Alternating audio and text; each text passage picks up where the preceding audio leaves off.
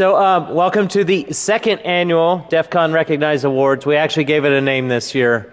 And the goal here is basically to get everyone in DEFCON community's opinion on who was best, who was worst, and that kind of stuff. So this is Jericho, Brian Martin. He runs attrition.org, and he does a lot of work with researching security charlatans, things like that. I'm not going to go too much into this. The why. Why did we do this? Well, we wanted to give all of you a voice, right? So we had the Pony Awards, and they're out there, and everyone's like, you guys are just trying to mimic that. And that's not actually entirely true. Not entirely true. We wanted to give you guys a chance to vote as well, right? Because we do a lot of this stuff at Black Hat. And so we wanted to bring it to DEFCON because we actually have a much larger audience. You wouldn't know it from this room because track 1 and track 4 are packed, which is probably where Jeff is at, right? He's all like, I'm going over there because my talk sucks. We wanted to give recognition, both positive and negative, to people that have made a difference in the industry, either good or bad. And that's really kind of where you guys come into this. How we did this was we put up a survey online several months ago, and we allowed everyone to nominate everybody they wanted. We changed it a little bit from the year before, where we allowed everybody to nominate and then everybody to vote, and that caused a lot of issues, kind of skewed the voting. We ended up doing public voting anyway once we got to con. So what we did was we put the survey up. You were all allowed to nominate people for the various award categories as you wanted to over time. And then we're going to vote here today. What we did was we took all the nominations that actually had useful information in them. And that's very important to understand because there were a lot of very unuseful nominations with no supporting facts and nominations that didn't really make any sense. And so we brought those to you today. And then we're going to have public voting here today. And so Jericho bought one of those noise meters, and as we go through as seen on QVC. Best we're $20 ever. So as we get to each category, we're going to go through, kind of explain a little bit about why they're on the list, the details we were given by the people that nominated them, and then we'll allow you to make as much noise as you want to for the people in the category that you want to vote for. And based on that, we'll award the awards that way. The categories that we have this year, we've got worst media person or outlet. Basically, these are people that have written something in print that was really bad about security or hacker-related issues. And that's important to us because there are still people in the world that read despite what you might see on the internet. Worst media person or outlet, broadcast-wise, we actually dropped this one because we didn't get any valid nominations for this.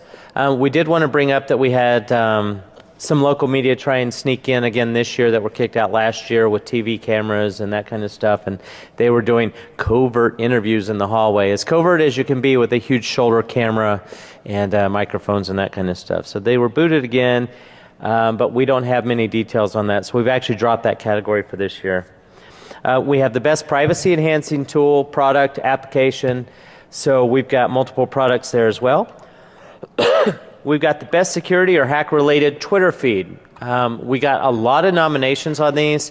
We got probably 6 or 7 that we got multiple nominations for, and we'll go through the honorable mentions as well as the ones that are on the list so that you know that you get an idea of everyone that was actually nominated with information. And then we have what we're calling the Twit Twat. And these are the worst Twitter feeds, right? So there's a bunch of hackers and security professionals and media people out there that have Twitter accounts that want a lot of followers. So they put as much sensationalistic or crappy stuff as they can on Twitter in order to get followers. And then we have the Captain Obvious Award. Those are the people that have come here with a talk, and they have taught us all something that we've all known for several years, right? And so we've got several. I think we ended up with 2. We had another one that we were researching, but it turns out it was probably a B-sides talk. And then we have Jericho's Security Charlatan of the Year, and these are individuals that deserve the title of, somebody that doesn't know what the hell they're really talking about. I had something I was going to say. I lost the thought. It's been a long weekend. All right, so let's talk about worst media coverage. So for print, we have 2 different ones. The first one was Matthew Schwartz, and he actually popped up a couple of times, but the reason he's on the list is because of the detailed explanation and the reason and opinions of the people that nominated him, and I think they were probably working together on this. How many of you read the article a couple months back about the best way to get hackers to stop hacking is to get them a girlfriend? All right. He's not kidding. That's really the entire article. It is the article. It's basically they go through a bunch of facts and they've got psychological analysis and somebody's done some kind of review on hacker behaviors over the years.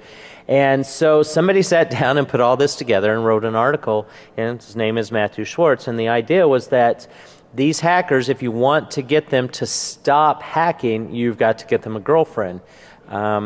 And so that's the first one. I'll show you the article in a second, and you can see the webpage and kind of look through it yourself. The second one, we're not exactly sure who to attribute blame for, but it was based on a water pump hack. Did anybody hear about the water pump hack? Supposedly there were some Russian hackers that hacked all the way across the ocean into some water pumps at a SCADA plant, and it was like Iowa or something, right, to screw around with the water pumps. And as it turns out, one of the administrators of that SCADA system had gone overseas to Russia and was doing normal administration on these water pumps. And so when one of them failed a few weeks later, they went through their logs and saw an IP address from Russia. And he hadn't told anybody from his work he was going from Russia. And so somebody blew it out of the water, and it became a huge Russian hack attempt on this poor little water station in Iowa that apparently is critical infrastructure. So I think I have that one up as well. So let me pull up my browser, and you guys can. It's actually kind of funny. Let's see. So Scarlett Johansson getting hacked. She wants lots of money for what she's doing. All right. So here is Matthew Schwartz. This is what he looks like. I'll zoom in. There you go. Hi, Matt. All right, so this guy actually seems to be a nice guy in his article. He actually released this July 16th, so this was a last-minute edition. And the person that submitted this had a lot of good information. So if you look at the submission and how this guy writes, it's honestly, it's a subjective points of view on both sides. But, this guy writes about how hacking is caused because people haven't grown up. They haven't made a commitment to society in one way or another, right? They're not invested. If you get them a girlfriend, suddenly they're invested in something. So that gets them looking off in other directions. I figured the girlfriend thing was a different kind of distraction, but apparently it's a social commitment. Come on, I was a hacker. I know what it really is, right? But yeah, so he goes through, he writes this whole article. He's got a lot of really good references, right? He's got cyber psychology expert. There are cyber psychology experts now. I don't know where you get that degree. But, he talks to a lot of people. He gives a lot of facts. He's not blowing everything entirely out of the water, but he does say some things that are fairly controversial. I'd like to point out that I don't think his research was very thorough because he didn't look at the alternative. It's like, well, maybe if you don't have a girlfriend, how about if you have a weekly hooker? Is that enough to keep you on the right side of things or not? Yeah, it's just poor research all around.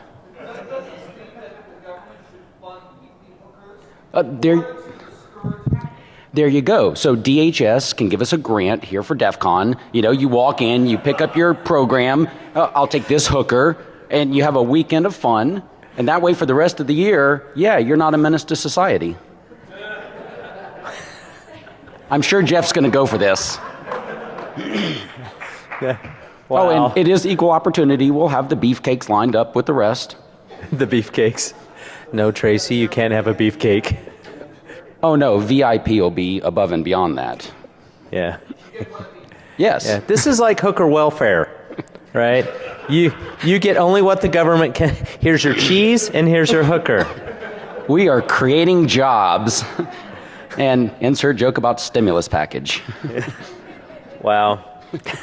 So he actually talks about Asperger's and autism and how that affects the hacker mind. He goes into all of this, and apparently girlfriends fix it all. Right? It's the difference between the red pill and the blue pill. Wait, I think one of those is a roofie, though. Yeah. One's a roofie, the other's a Viagra. Okay, all right.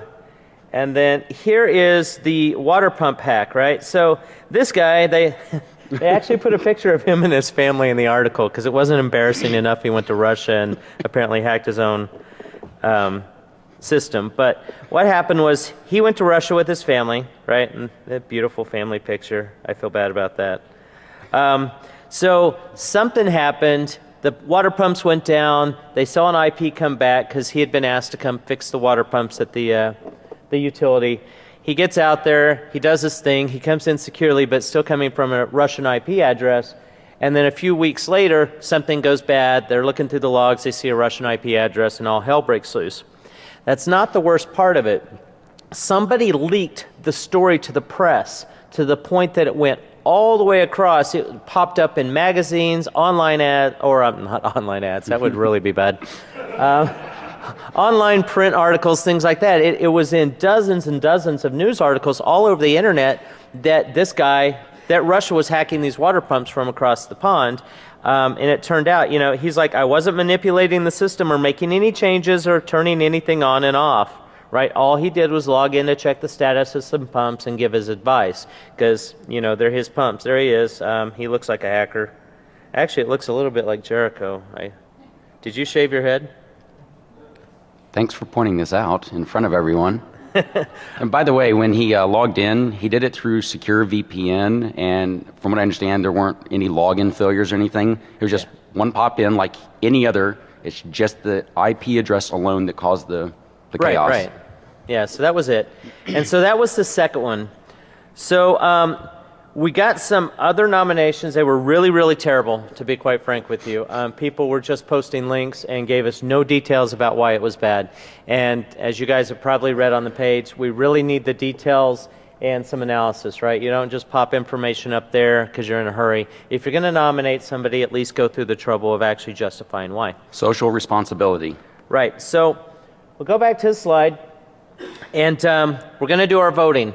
So between Matthew Schwartz and the water pump hack, you need to decide which one you think is most significant as the worst media coverage. All right.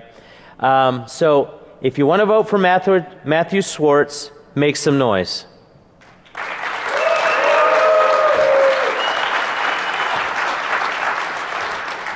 All right. If you want to vote for the Russian hack attempt into the water pump, make some noise. All right, so the water pump wins it on this one. We'll be notifying that poor guy and his family that they won the worst media coverage at DEFCON. Love the family picture. By the way, you're a terrorist in our eyes. Yeah. Please don't VPN in. All right, so the next one is the best privacy-enhancing technology. We got a lot of stuff here, but these are the only 4 that actually had some kind of justification or comments. We saw Tor last year. Tor did not win. Moxie won it last year. We have the Wicker application. How many of you use Wicker or have heard of Wicker? All right, there's 2 of you. All right, that's a really good application. CryptoCat. How many of you use CryptoCat? All right, so we have 4 of you. Or the authors in the room. And somebody actually wrote down, and this popped up multiple times, is why I put it on the list, Google turning on HTTPS by default. Any Google engineers in here? Yeah. Anybody use Google? All right. So Wicker is apparently a portable security device, right? Or security application. And it got several nominations. And one guy went so far as to say, my wife and my 10-year-old daughter use this on their phones as well. So that was cool. If it's easy to use and you've got your kids trying to be secure, that's kind of a step up. CryptoCat is a chat program for web browsers that allows you to have multi-party chat that is encrypted. That's my understanding. I haven't actually used this. Is that about right? That makes sense? Yeah, so I'm getting some nods. I think everybody knows what HTTPS is. I'm just you don't know, right? I mean, there's a lot of people here. And then how many of you have used Tor in the past? Tor is a really good project. They've done a really fantastic job, and it was really, really close last year between Tor and Moxie, just to let you know. This allows you to surf as anonymously as possible, but when the military started putting their own Tor nodes out there, you're never quite sure where you were going to pop out. So you can't entirely guarantee the security of the project anymore, but it is pretty good. So are there any questions about the projects before we do any voting on this? What? Bitcoin. Bitcoin. No thanks. Yeah, I'm like, I don't see how that's secure, but I'm gonna get on a box here because we've lost about half our DEFCON groups. I mean, they're still DEFCON groups, but all they do is they sit there and drink beer and mine bitcoins and sell them back to the market. And they're making decent money, but I mean, that's a complete waste of time. They could be playing World of Warcraft or something more productive. What? Yeah, get a girlfriend. Yeah. All right, so if you want to vote for Wicker, make some noise. Wow, that was awesome. All right, did that register? 67.8. Well, that wasn't bad. That's like ambient noise, though. That's like 2 above Russ speaking. Hey, all right. CryptoCat, if you use CryptoCat. 73.4. Woohoo! We have a winner right now. Google turning on HTTPS by default.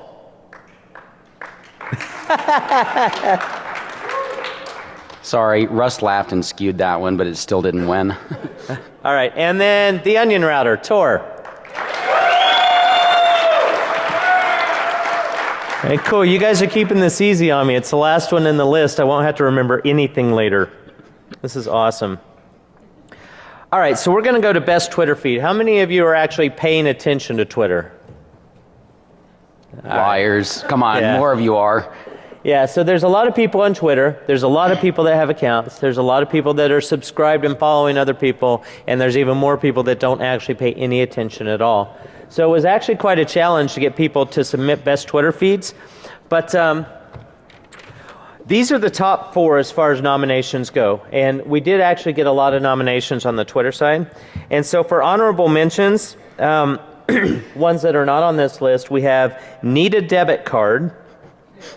We have another one called Injector. Is this Space Rogue? All right, so Space Rogue from the Loft. Anybody remember Space Rogue from the Loft? I can tell how long you've been at DEF CON if you remember. There's like one hand in the back. Hey, Space Rogue. And then we have B-Myths. And then, I can't read your handwriting. Brian Krebs.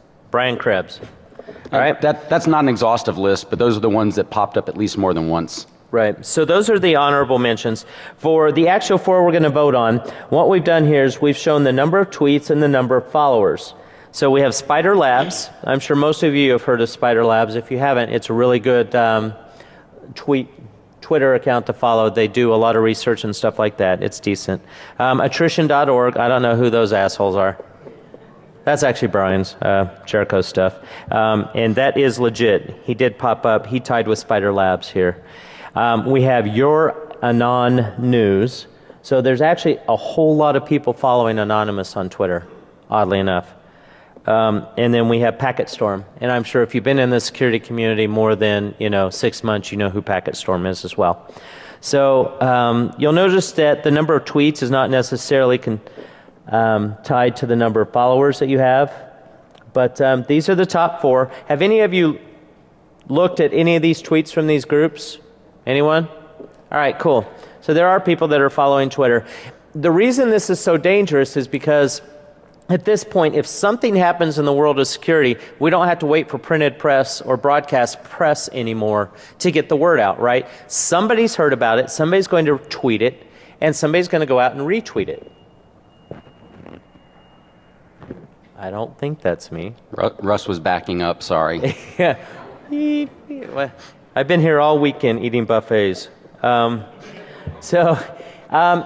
If you like Spider Labs best, make some noise.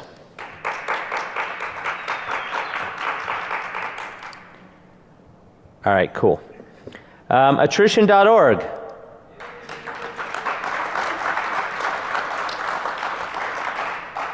Do you want me to stop there while you're winning? Thanks, everyone. Appreciate it. Your Anon News. Anyone? All right. And then finally, we have Packet Storm. Awesome. You guys just going by the last on the list, right? This is great. You're making it really, really easy for me. All right, so one of the new awards. Jerks. You're all jerks. All right, one of the last ones we have, or one of the new ones we have, is the Twit Twat Award, because there's a lot of people out there, like I said, that are they're pushing a lot of bad information, they're pushing a lot of hype and sensationalism, and really we don't need that, right? I mean, we already have the media, we already have the politicians. Let's not DOS ourselves with bad information as well. And so we got a lot of nominations on this. I'm going to steal your piece of paper. Let me have it on back afterwards. Yeah, that's fine. All right. Actually, we had planned to, but there was a slight problem with creating these slides, mainly that we did it 15 minutes before the presentation. And we got the information, obviously, but getting screenshots from one laptop to another was pretty difficult. So next year, yes, we will. Yeah, we're only hackers, dude. PowerPoint sucks. All right, so I'm going to go through the honorable mentions real quick, and if you're interested, you can write these things down. We can post the list later on defcon.org as well. We have Team Grey Hat. Wow, dude. Beaker. Wow, Ralph. Yeah. Beaker's on there. The Prez 98. I think they're going back and forth at each other. Those are people we know. Brian Krebs again. I think it was he just nominating himself. He doesn't care what he wins. He just wants something. No, he's actually really liked or really hated among some people, so it's not surprising. And he was not the only one that showed up on both nominations. Yeah, so he's on the best and the worst. So he's kind of in the middle, I guess. And then Drama Llama Security. Somebody groans up front. All right, that's always a good sign, right? All right, so in order of the top nominations, we have White Rabbit. Has anybody read White Rabbit stuff? And by the way, since we can't show you a tweet, one of the #1 complaints about his feed is that he writes these blogs. He is a evangelist for HP, and once he writes a blog, you will see that same damn link 18 times throughout the day, and then every day for the next 3 weeks. So yeah, you get to see these same blogs over and over, and that's why he has so many tweets in a relatively short time. And because he needs to, he's also got 2 accounts. He's got White Rabbit, his handle, and he's got his real name. So yeah, he pollutes the Twitter a lot. Is his name Brian Krebs? Raffalos. Okay. Then we have the Jester. Real quick, the reason that the Jester has 0 tweets, a lot of you may know, the Jester is a kind of notable figure in activism, supposedly taking down jihadist sites or whatever, fights with Anonymous. So recently there's been a big stir up, and the Jester went through and literally deleted all of his tweets, I believe in the past few days. As of today, it showed 1 tweet, but none were actually visible. Who knows? Yeah. And then we have Anonymous Sabu. Most of you have probably heard of Sabu. This is Hector. This is the leader of LulzSec, who was also kind of a stand-in leader for Anonymous. Sometime, I think shortly after last DEFCON, he decided, oh, well, since I got popped, I'm going to go ahead and snitch on all of LulzSec. So yeah, we've all read about LulzSec getting busted, and that's courtesy of old Hector up there. Yeah, he's awesome. He's got kids, too. He's on the DHS hooker program, apparently. So yeah, that's Hector. I just figured you'd want to see what he looks like. There is he's the world's most wanted hacker, apparently. Yeah, most wanted dead by the rest of LulzSec. All right, and the last one is Sam Bone. Bone? Yeah, Sam's here at con somewhere, but Sam is a professor of ethical hacking at some community college. He's another one that people really, really like him, or people really, really dislike him. his tweets range from, hey, that's cool, you know, it was a good link, to what the fuck are you smoking, man? I mean, just, it's bad. Yeah. I am not Sam. All right, so in order of preference, let's start with White Rabbit. If you want to vote for White Rabbit, please make some noise.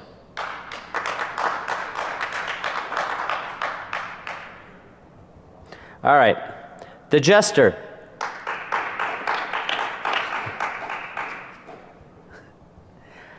Anonymous Sabu.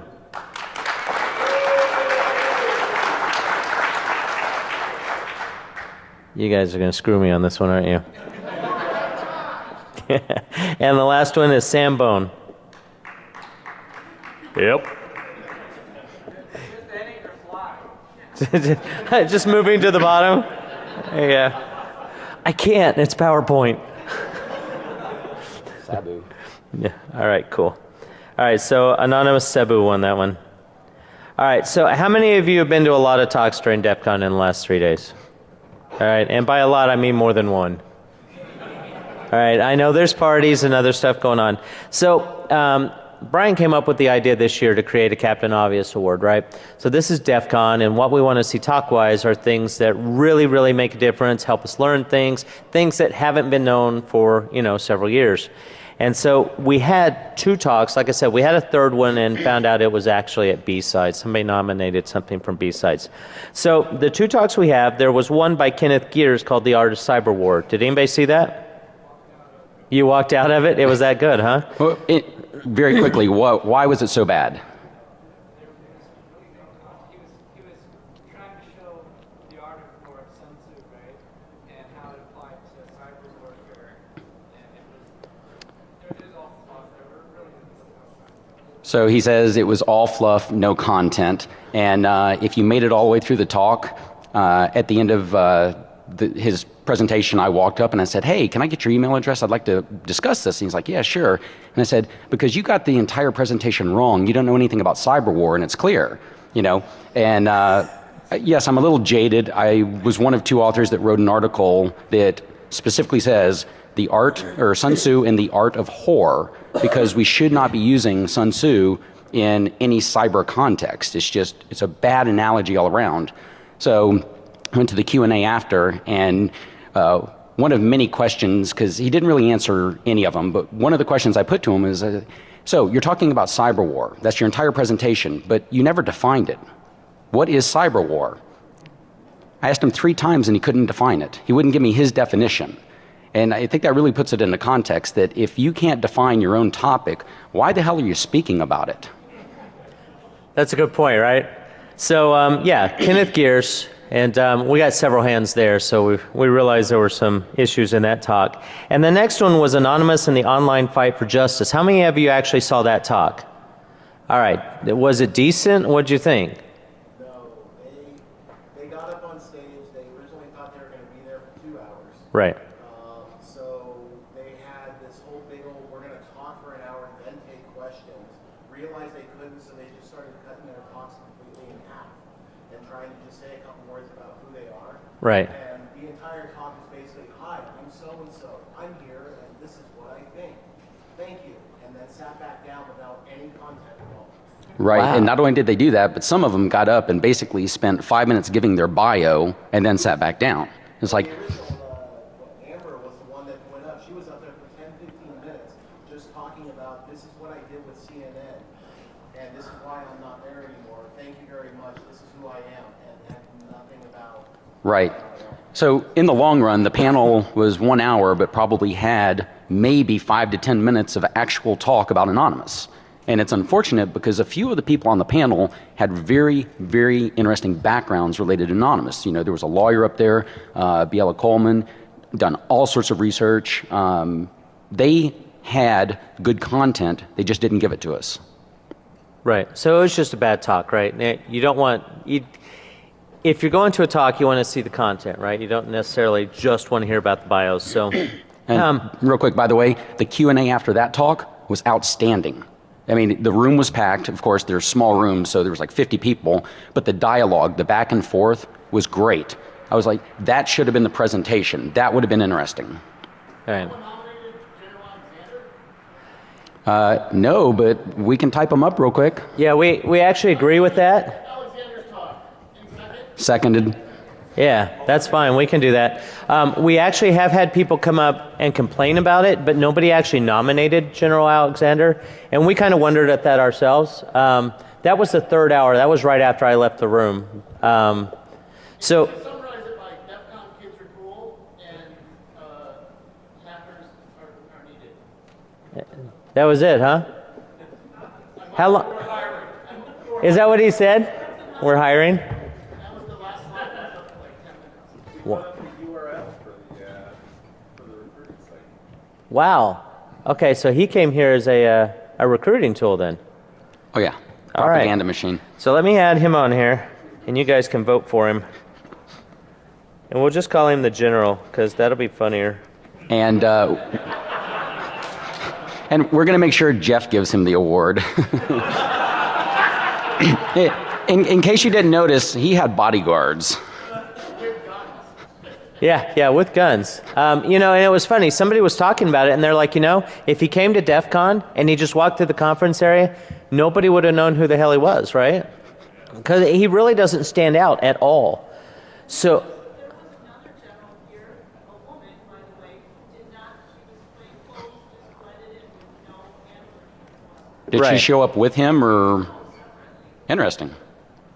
yeah, there's anonymity in not, broadcasting who you are here. So, all right. So for the Art of Cyber War with Kenneth Gears, if you want to vote for that for Captain Obvious Award, make some noise, please.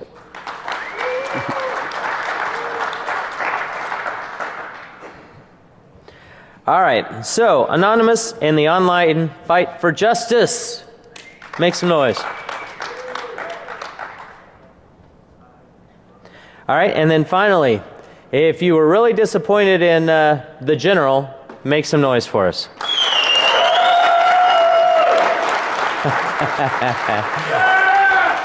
All right, so that made the most, is it broken now?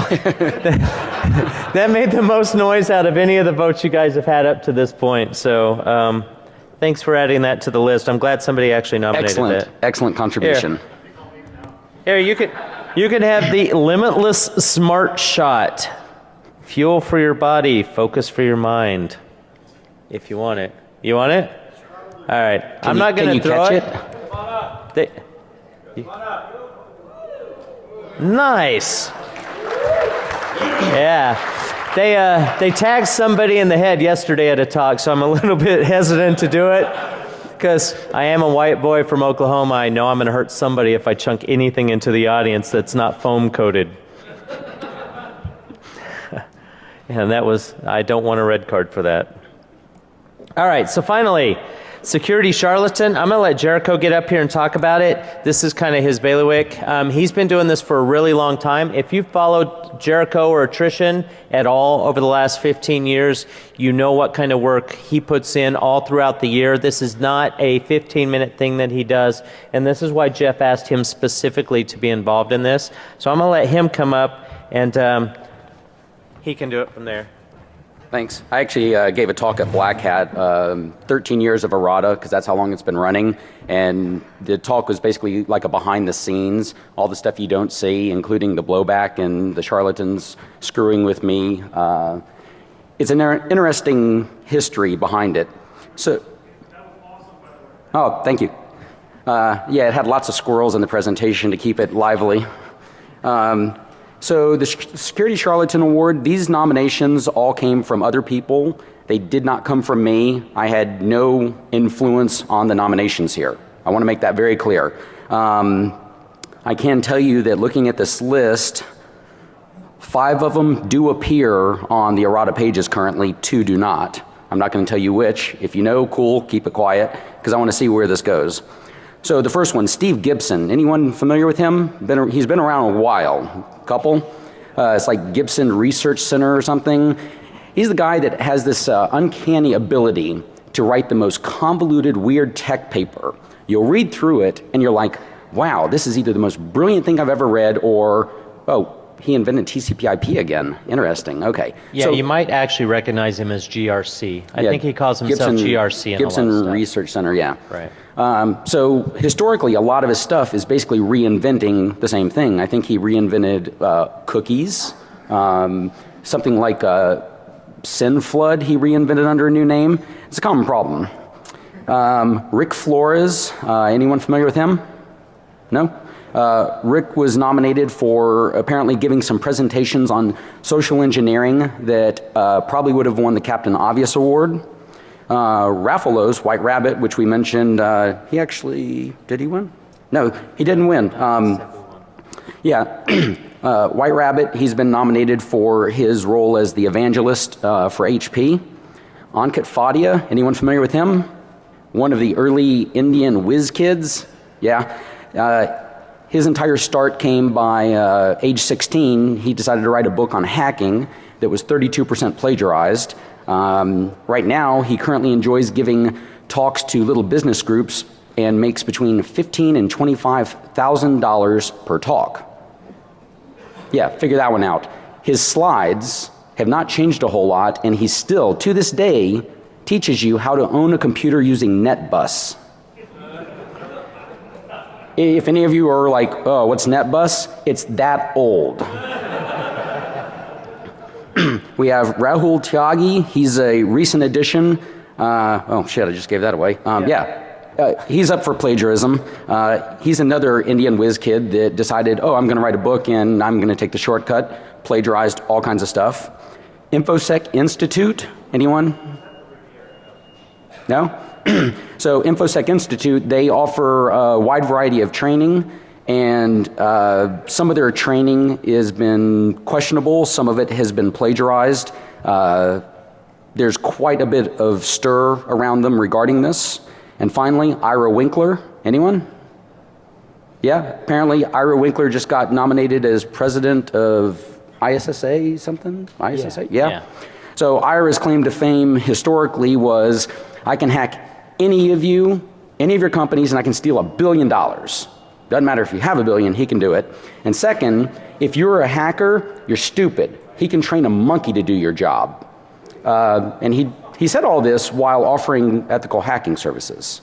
So it's like, well, did a monkey train him, or anyway? In the interest of full disclosure, Ira Winkler used to be a big speaker here at DEFCON in the early years. So up to about DEFCON 10, Ira was here every single year.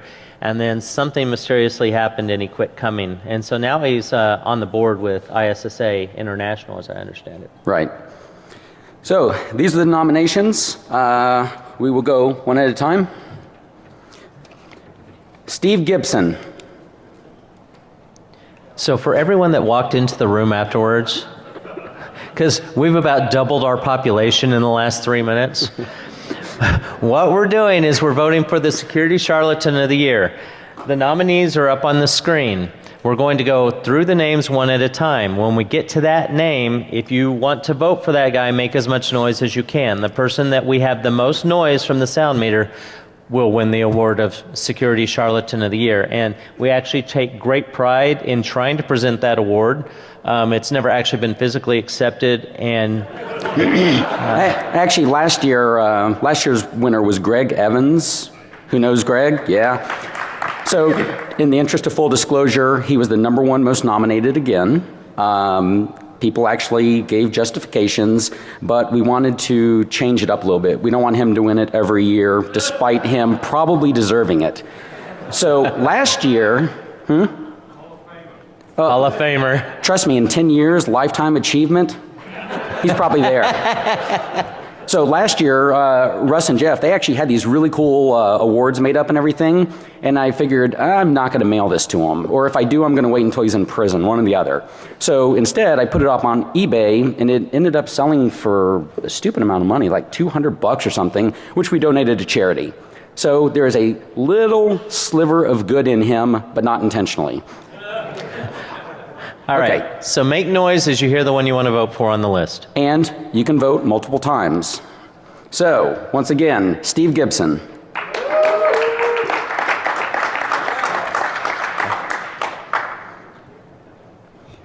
Rick Flores.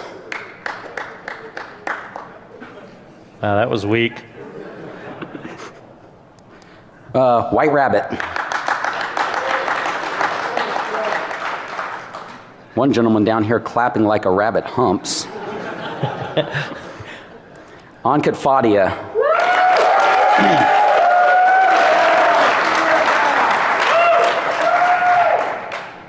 If he wins, I'll tell you a quick, amusing anecdote. Rahul Tyagi.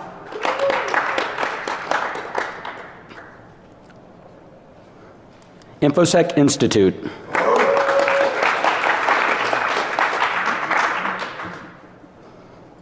And finally, Ira Winkler.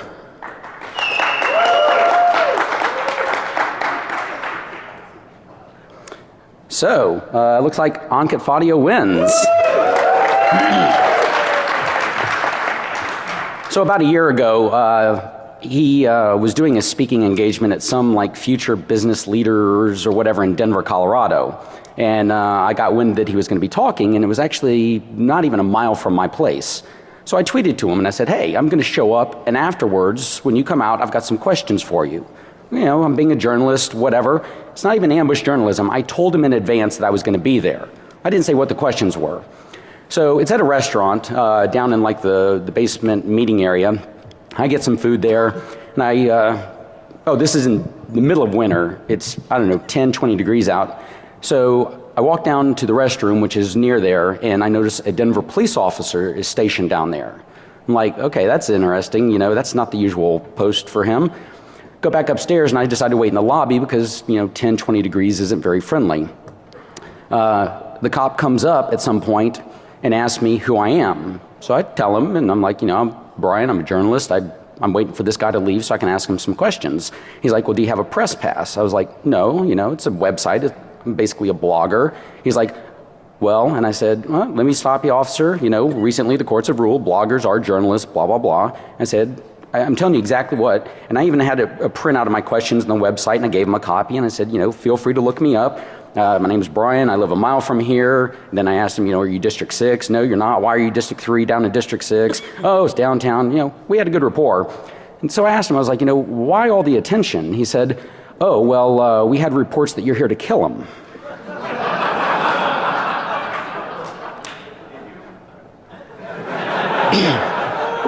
I wasn't even carrying that day. Yeah.